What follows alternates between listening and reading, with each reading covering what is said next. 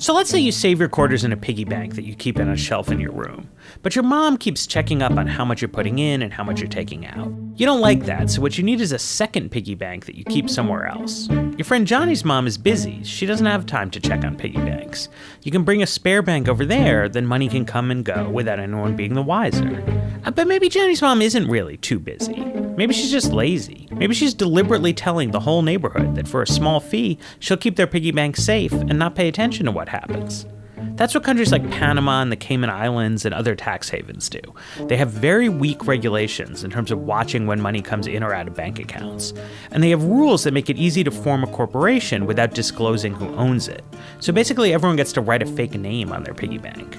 There's a Panamanian law firm called Mossack Fonseca. They've got over 40 offices in dozens of countries around the world. They specialize in setting up these kind of special piggy banks. They're called shell companies, hollow vessels that don't conduct any business. They just own financial assets on behalf of their real owners. There's been this massive leak of over 2 terabytes worth of Mossack Fonseca documents to the International Consortium of Investigative Journalists, and it sheds an unprecedented light on the world of shell companies. People can use these shell companies for legitimate reasons. Sometimes you just need privacy.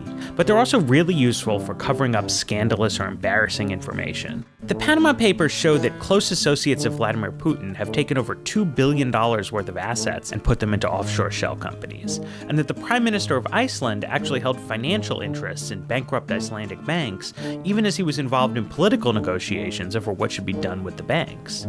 And the main use of offshore shell companies is avoiding taxes, because the government can't tax money that it can't find. One of the memos says, quote, 95% of our work coincidentally consists in selling vehicles to avoid taxes.